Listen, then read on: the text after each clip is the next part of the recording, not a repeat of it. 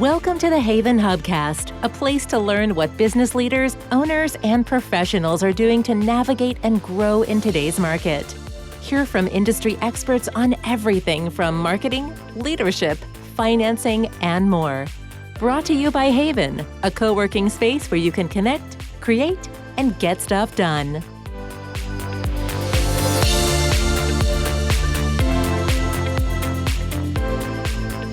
Hello and welcome to another episode of the HAYVN Hubcast. I'm your host, Nancy Sheed, and I am very excited to be here today talking with Christine Jurzenski and Erica Schultz. They are the co-founders of Cranel. Welcome.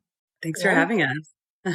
So we were just chatting before. I was like, how are we going to describe Cranel? And so I love what you all shared with me is it's a company that's sort of focused on holistic women's health and health equity for women.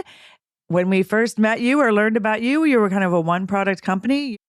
You're moving into other products, but the name of your company is Cranel. Can you just give us a little backstory, kind of both of you, is kind of how we came to be sitting in this room in terms of the focus of your company and what your business does now?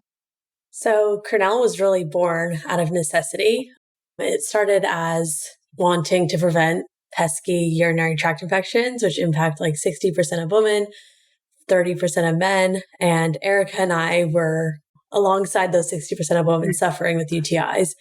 And this is back in 2020. And we just wanted to find a solution for it. So we were very naive and we were just calling we first decided to start a product that prevented UTIs, that worked, that was founded by women and didn't have any added sugar, chemicals, etc. And that's really how it was born, was as our hero product to prevent UTIs. Got it. And if you've ever suffered with UTIs, you kind of know the whole journey. You try every cranberry juice there is on the market that's filled with sugar. You go to the doctor, you get prescribed antibiotics, but they give you antibiotics before they've actually diagnosed how serious the UTI is. So you're always given the strongest form of antibiotics, which makes you resistant to all the lower antibiotics. And then when you have antibiotics, not only does it does get rid of the UTI, but then it flushes all the bacteria out of there. So then that, leads to yeast infections, to gut implications. And so you're just on this circle of a never-ending problem.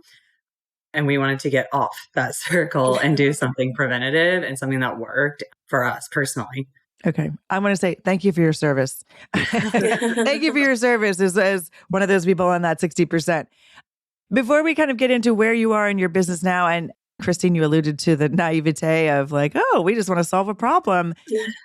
I would assume when you were, back thinking about what you, wanted to be when you grow up, or sort of what your skills were and what you wanted to study in school, can you take us both back in terms of where you were, what you wanted to be, and kind of a little bit of your sort of backstory that led you to this? And I'm dying to know how you met, if you were friends or what was your matchup story? Yeah, I mean, it was nothing to do with UTIs. So I'll start with me personally. I did my undergrad in the US here. I played volleyball in college, Division I athlete. And then after college, I moved to Australia. Christine and I actually met in Australia. We were both there for about 8 to 10 years. We're citizens of both countries, the US and Australia. I ended up going to law school there, afterwards working in Australia's biggest bank, and naturally went on to work in UTIs. Yeah, Christine and I were friends before. We met on a boat in Sydney Harbor. We were at dinner and both of us were literally going through this problem at the same time. And we're saying how painful and ridiculous it is that there wasn't something on the market. It's all made by men, most of it. I don't really know the struggle that we go through. And from there, it was magic. Yeah. Okay. I love that this starts with a boat ride. Christine, you're like, we were about to go for a boat ride and little did I know my life was going to change forever. Seriously. In my background, I studied university in Switzerland. I studied finance. At no point did I think my life would lead to cranberry manufacturing, but I worked in finance for almost 10 years at a hedge fund, largely covering like US equities in Australia. And then, as Erica said, we met in 2015, and in 2020, kind of as COVID was happening, we were like, oh, what better thing to do than start a side hustle that we have no idea how to start or run an online business or run a manufacturing business. But I think that's sometimes how the best businesses are born, with a really important problem. I think for us, it's like taking this really kind of taboo topic and making it not taboo and making a lot of women feel like heard and seen, because that's how I felt on my journey. I kept going to doctors, kept getting prescribed antibiotics. No one was really listening to me. And I was kind of made to feel like it was bad that I was getting UTIs. But then throughout this journey with Erica, it's like, that's what we hear from every woman. It's kind of like hush, quiet. Oh yeah, I get UTIs. I don't want to talk about it. It's like, it's so common. Everyone should be talking about it. It shouldn't be shameful. I think that's what we really tried to bring to this company is like, okay, we're going to deliver a beautiful packaging box product to you that works and is effective and is owned and ran by women. So it is a mission and a movement as well as a product line. Thank you. Thank you very much. So we've heard, or you've heard like, oh, drink a lot of cranberry juice. Erica, you alluded to like all the sugar, right? And, and then you hear obviously from the medical establishment, like, oh, that's taboo. That doesn't really work. I'm really curious. I mean, it makes me happy to hear that I'm hearing holistic, I'm hearing like natural, I'm hearing those things. What was your dive into this cranberry thing is legit? It's just been approached the wrong way. Like, how did that end up being kind of the focus of your product? Were there years of research? Did you see what else in the marketplace? I was excited when I heard kind of what your company was and where it was focused, but what led you guys to sort of that being the right way to go? I guess we went the route of cranberry. So with cranberry, you need enough of the active ingredient within cranberry to actually work. So it's called proanthocyanins, and that flushes out bacteria that causes UTIs. So our cranberry blend in Cranel is actually clinically proven to flush out E. coli that causes UTIs. It's been proven in double-blind placebo studies to reduce the frequency of E. coli in the urine. And the issue with most cranberry products that are tested in a lot of these academic studies is there's actually not a lot of cranberry in it. So if you look at a lot of them use like cranberry cocktail, et cetera, which sugar can make UTIs worse. And there's no like constant of testing. It's just using all these different variations, different cranberry pills, there's no standardization of the products. Cranel is the strongest cranberry liquid on the market that you can purchase. There's 3,000 cranberries per bottle, 500 milligrams. And that's the one thing that was so important to us in building it is that, it worked and it was scientifically backed. Right. And like, look, it does taste a bit tart and we really lean into that. It's tart for a reason. Like you can mix it with vodka if you want, but you're not drinking it for leisure. It's not great for the UTIs either, but it's all right. You might have a good time, right. But yeah, we really wanted it to work, and the taste is tart, and a lot of our customers lean into that too, and like are behind it. Like, oh no, it's tart because it works. Yeah. Okay, so now I'm having visions of you guys in the cranberry bogs with your waders up, and doing your sampling. Like, what does that look like? Are you actually in research labs, or was some of the testing done before? Like, neither one of you referenced having a background in, science or research. So what does that look like when you're sort of like, we've done the research, we're going deep. How do you get started? Like, who's the manufacturer? Do you go to the cranberry bogs? How do you source your testing and your tasting, for goodness sakes? I think just taking a step back from that, what you'll hear a lot in our journey is what we call micro steps. So we give ourselves like really in the beginning, especially because we both had full-time jobs, we gave ourselves the 3 tasks per week. That's it. Because if you think you're going to run a whole business and do it all within 1 week, you're just going to get overwhelmed with work, with your social life, with everything. And so when we started, we really wanted to address the scientific issue does cranberry actually work, or is it an old wives' tale? So for about the first few months, all we did when we met up once a week was bring 3 pieces of research aids. Do you have a piece of research that shows that this works? Yes or no? And if we did, we kept bringing it and kept finding research that it works. It's also recommended by the American Urological Association, by the World Health Organization. We also tried to find female doctors who worked in urology and talk to them about it. What do they think about it? So we cold call 1 million people, 1 million doctors and try. I mean, I remember when we were in Australia and we cold called this doctor and went to her office somewhere and we sat there and we were so naive. We're like, what would it take? And so it's really just about putting yourself out there. And then over time, it kind of just builds, every week you're bringing 3 new things that you've done. And then the next week it was like, okay, we've done this for a few months and proven that there's enough research out there. Let's start trying to get on the phone and find manufacturers. So we each brought 3 manufacturers and we called them and we spoke to them. So we spoke to, the science behind it. We spoke to their manufacturing process. Do they have trials and studies to prove things? Because that was our biggest thing. They had to have a study, double-blind, placebo-backed study. And just kind of learning the lay of the land and speaking to people. We didn't know what we didn't know.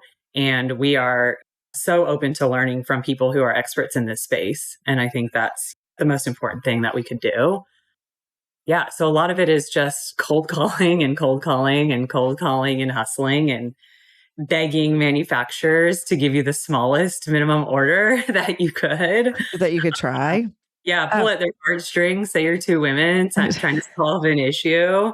It's a huge issue. Thank you very much. Yeah. So it's really about putting yourself out there, putting in the work and trying to understand what you don't know about it. And I love the micro step concept in terms of like not too much. I mean, I'm sure it still felt like quite a bit. I'm curious before we sort of continue to move forward in your journey, you both alluded to being in Australia. Now you're both here. Were you trying to launch a company over 2 continents as well? We did launch a company over 2 continents. Holy moly. Sorry, I didn't mean to scream. So, I mean, as Erica kind of said, like those micro steps compound. And over time, we got early success in our launch. We sold out immediately from our first batch of product. And we got amazing reviews from women, not just like, oh, it was okay, like not sure if it worked. We had women reaching out, like sending like novels of like, I was in chemotherapy and I couldn't take antibiotics anymore for UTIs. This is the only thing that's worked for me in the last 2 years. Like I'm a religious, and we were like, I mean, trust me, working in finance, I've never gotten a review like that from anyone. So I was like, okay, feels a lot more meaningful in my life. And we continued to go through this process. We were working nights and weekends. And I was like, you know what? We were like, maybe we should raise some money and give this a real crack.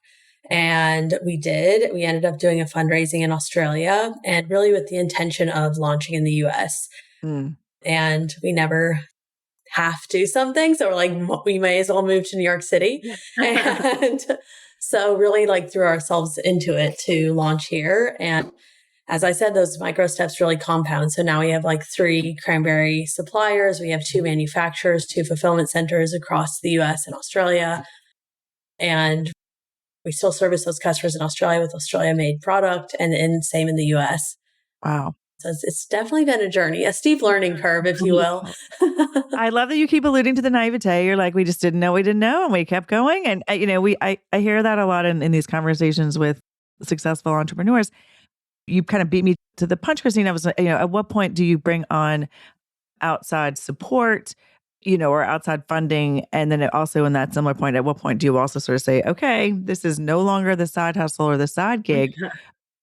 And it sounds like you guys made a conscious effort to do the direct to consumer online version of this. How do you get the word out? So at the beginning, we didn't start off wanting to do the online thing. It's that COVID happened. And so all of a sudden we were forced to be an online business. Got it. So we had to learn how to make a website. We had to learn how to use advertising. We had made the Instagram handle, but that's about all we had done and posted some pictures. So there was a really steep learning curve there of understanding how ads work with Meta, with Google, with all the different platforms, Amazon. And so, so that's kind of our journey to online, which has been amazing. It's worked out for us in so many ways. When you have an online business, you keep all of the margin. 2, you keep that close relationship with your customer. Yeah. If you're just going into a store and see us, our product is more expensive. That's because it's more premium. That's because it works. It has more of the active ingredient. But if it's sitting on a shelf, people don't know that. No one can talk them through this journey. No one can tell them why it tastes the way it does. And as an online business, we have direct access and we know every single one of our customers. We can speak to them, ask them questions, ask them what they think they're missing. How can we service them better? So it really, worked out in our favor. That's very exciting. And then in terms of you bring on investors, at what point, or maybe you haven't, but at what point do you also sort of say, okay, we have a lot of skills, but we're missing this and this, or we need support here, or it's time to delegate? Have you gotten to that stage? What did that look like? What was that inflection point? Or how do you know when it's going to come? Eric and I are still the only full-time 2 employees. And then we have 35 contractors who kind of fill in all those gaps around it. And it's always been like a really natural kind of process of like, okay, we've like figured out exactly how customer service needs to be managed and how to speak to customers and answer to these and all that. I think we're ready to like hand it off to someone. And I think you have to like really learn the ins and outs of every process before you're ready to hand it off to someone, because otherwise you kind of lose control and you don't know how to fix it if something breaks. And I think that's been one of the kind of things that we've had to overcome of like, if you raise money and if you do all this stuff, you have to hire all these people. And that's not necessarily true in every business. I think you can run a business really efficiently now online with AI, with all these tools before you start hiring people. I think that's what we really tried to lean into is just, okay, I think we're now ready to, I mean, Eric and I were fulfilling all the orders initially in my tiny apartment in Sydney.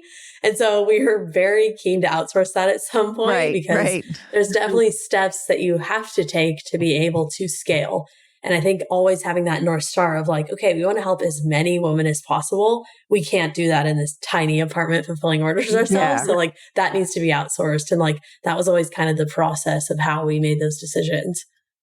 I love that founder story. I hope there's a picture of you all somewhere, as much as you wanted to get away from it. I do hope there's a picture somewhere of you all. Exactly. Fulfilling those orders. So what next? We teased this at the beginning of the program. You know, you were, even 6 months ago, it sounds like you were the one product company. How do you know when the one product, so one of you said hero product. I love that. It seems like you've had some space for the what next. What next? So I think like as we built Cranel, it was single SKU for like 5 years. And what we learned is like, there's a lot of products out there that have a like taboo association. People don't like to talk about.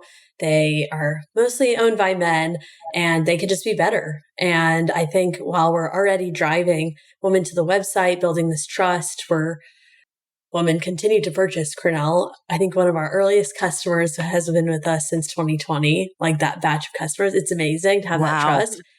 And we're kind of at the point like, okay, well, we are good at sourcing really high quality products made in the US. And why don't we do that for other products that are taboo?